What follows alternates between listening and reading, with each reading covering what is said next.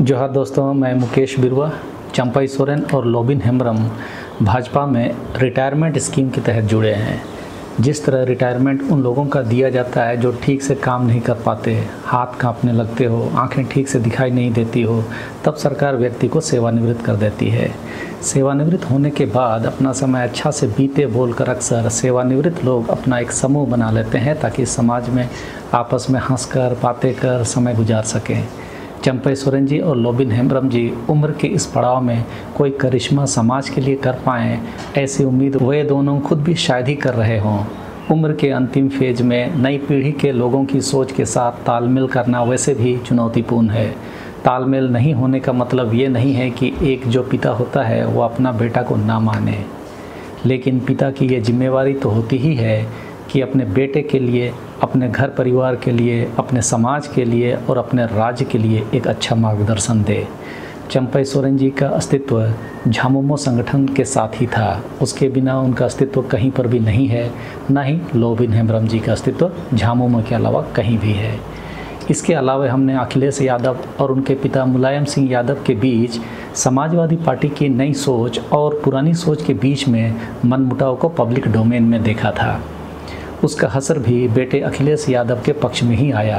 नया ज़माना होने के कारण जो सोच होती है उसका दायरा बड़े बुजुर्गों से स्वाभाविक रूप से अलग है। जिस तरह शिबू सोरेन ने अपने ज़िंदगी भर की लड़ाई की विरासत अपने बेटे हेमंत सोरेन को देने की कोशिश की है, वैसे ही दूसरे बुजुर्ग लोगों को भी आने वाले पीढ़ी के लिए रास्ता खोलना चाहिए। ऐसा भी नहीं है कि बिना मेहनत के ही सब कुछ दे दिया जाए। व्यक्ति अगर मेहनत करता है तो उसका फल उसे ज़रूर मिलेगा ही। राष्ट्रीय राजनीति में राहुल गांधी का उदाहरण हमारे सामने है। उन्होंने राजनीति में विचारधारा की एक लंबी लड़ाई लड़ी है, जिसका असर राष्ट्रीय राजनीति में आज देखने को मिल रहा है। बिना मेहनत के राहुल गांधी पिता की विरासत पर आसीन हो गए हैं, ऐसा अभी कोई नहीं कह सकता। उसी तरह हेमंत सोरेन ने अपने मेहनत से अपने पिता के विरासत को आगे बढ़ाया। सिर्फ बढ़ाया ही नहीं, बल्कि उसमें बहुत सारी चीज़ों को हासिल भी किया है। सिर्फ अपने लिए ही नहीं, राज्य की जनता और आदिवासियों के लिए भी।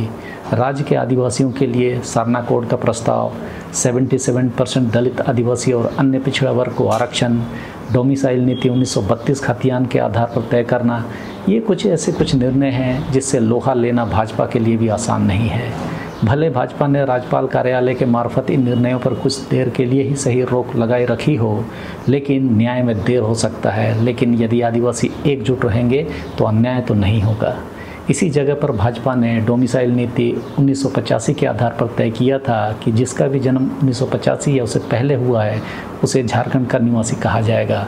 वहीं पर हेमंत सोरेन ने प्रस्ताव पारित किया कि जिसका नाम 1932 खतियान में दर्ज है वही असली झारखंडी है। भले ही उसे अभी के लिए भाजपा के कारण राज्यपाल हस्ताक्षर नहीं कर रहे हों, लेकिन इस सच्चाई को कोई नकार नहीं सकता कि झारखंडी वही है जो या जिनका परिवार 1932 के खतियान में दर्ज होकर है। हम लोग बोलने के लिए 1932 खतियान बोलते हैं, लेकिन कोल्हान जैसे जगहों पर 1913 में ही सर्वे सेटलमेंट हुआ था, तो कोल्हान के लिए 1932 का मतलब 1913 है। नए पीढ़ी के युवा नेताओं की सोच और कार्य पद्धति से नाराज होकर किसी दूसरे विचारधारा में चले जाने से जिंदगी भर का कमाया हुआ इज्जत चंपाई सोरेन जी और लोबिन हेम्ब्रम जी ने एक तरह से खो दिया। इस रिटायरमेंट स्कीम में वे लोग भी दिखाने वाले दांत के रूप में ही देखे और समझे जाते रहेंगे, जैसा कि इस समय बाबूलाल मारांडे के साथ है। चंपाई सोरेन जी का पुत्र मोह भी उन्हें दिग्भ्रमित करने में महत्वपूर्ण भूमिका निभाया है। इसलिए मैं हमेशा एक चीज़ सोचता हूँ कि बड़े बुजुर्गों को आने वाले पीढ़ी के लिए पहले से ही दूरगामी सोच के साथ आगे बढ़ना चाहिए।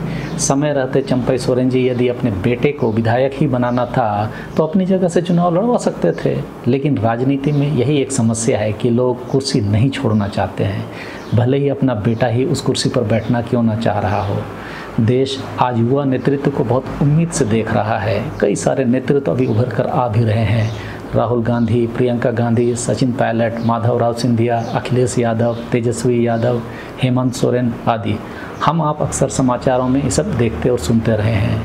ऐसे लोगों को गार्जियनशिप देकर बड़े बुजुर्ग अपनी इज्जत को और बढ़ा सकते हैं, ना कि उनके रास्ते को रोक कर। यह बात अपने को धोखा देने के लिए ये लोग बोल रहे हैं कि झामुमो अब शिबू सोरेन के समय जैसी नहीं रही। क्यों रहेगी? वो ज़माना कुछ और था और आज ज़माना कुछ और है। साहूकारों के खिलाफ लड़ाई से एक शिबू सोरेन पैदा हुआ। आज भी साहूकार हैं, लेकिन वो एक क्रॉनिक कैपिटलिस्ट के रूप में, पूंजीपति के रूप में हमारे बीच में है, जिसके लिए सरकारें दंडवत होकर काम कर रही होती है, जिसके विरुद्ध समूचा आदिवासी समाज जल, जंगल और ज़मीन की विरासत की खातिर लड़ रहा होता है। अभी कुछ दिन पहले ही मैंने अपने वीडियो में कहा था कि हेमंत सोरेन मुख्यमंत्री बनने के बाद से ही लगातार केंद्र सरकार के पास झारखंड का 1,36,000 करोड़ रुपया बकाया की मांग करते रहे, लेकिन मोदी सरकार ने इस मांग को अस्वीकार कर दिया था। लेकिन सुप्रीम कोर्ट ने उस बकाया को राज्य सरकार को लेने के अधिकार पर मुहर लगा दी।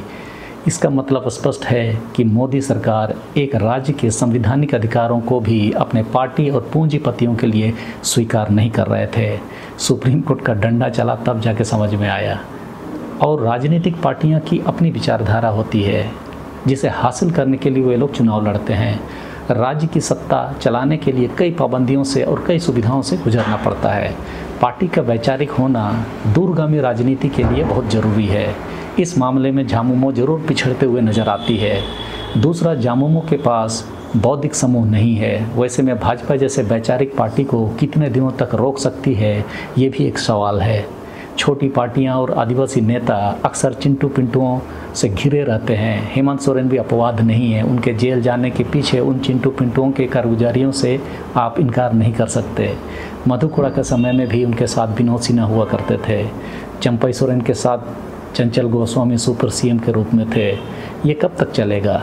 हेमंत सोरेन और झामुमो को भी सोचना पड़ेगा कि आदिवासी उनके परमानेंट वोट बैंक नहीं हैं। भाजपा के पूंजीपति शासन से बचने के लिए आदिवासी झामुमो को वोट दे रहे हैं, ना कि झामुमो के वोटर के रूप में। हर पार्टी का अपना कैडर वोट होता है जो 20-22% के करीब होता है। समाज में हंडिया दारू से बिकने वाले वोट 8-10% से ज़्यादा नहीं होते। आदिवासी इलाकों में बाकी वोट फ्लोटिंग वोट होते हैं। परसेंटेज के हिसाब से ये फ्लोटिंग वोट सबसे ज़्यादा हैं, यानी सामाजिक वोट सबसे ज़्यादा हैं। आदिवासी इलाकों में वोटिंग परसेंटेज हमेशा 65% से ज़्यादा ही होता है। इसीलिए झामुमो को भी अब युवा नेतृत्व और वैचारिक समूह को अपने संगठन में शामिल करने की दिशा में गंभीरता से मंथन करना चाहिए। हमेशा के लिए भाजपा आदिवासियों के लिए खतरा ही रहेगा, ऐसी बात भी नहीं है, क्योंकि परिवर्तन एक कांस्टेंट चीज़ है जो लगातार होते रहती है। तिरंगा झंडा के खिलाफ का आंदोलन आज देश में तिरंगा फहरा रहा है, ये भी तो परिवर्तन ही है। तो दूसरों को कोसने के वनिस्पत अपने अच्छे कामों पर चंपई सोरेन और लोबिन हेम्ब्रम जी को बात करना चाहिए, क्योंकि विक्टिम कार्ड इस समय नहीं चलने वाला है।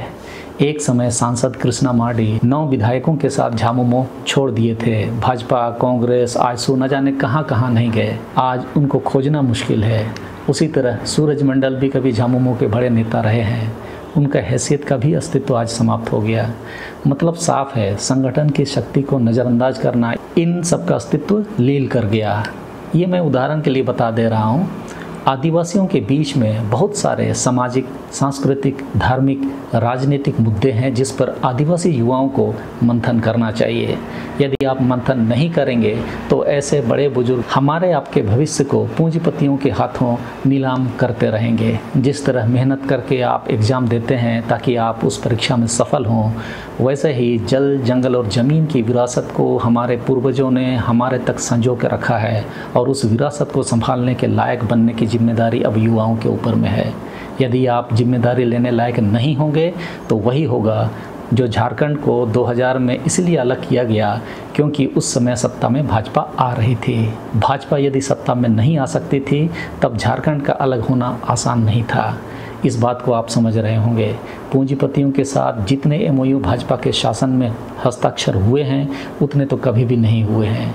छत्तीसगढ़ में भाजपा की सरकार आई और हसदेव जंगल पर तबाही का बुलडोजर चल रहा है। अगली बारी सारंडा की है, इससे कौन इनकार कर सकता है। यदि भाजपा झामुमो के सारे नेताओं को खरीद लेगी तो भी झारखंड के आदिवासी अपनी लड़ाई खुद लड़ सके, इतना जज्बा आपको रखना पड़ेगा। तब चुनाव हौसलों से लड़ा जाएगा। चलिए, इस वीडियो में अभी के लिए इतना ही।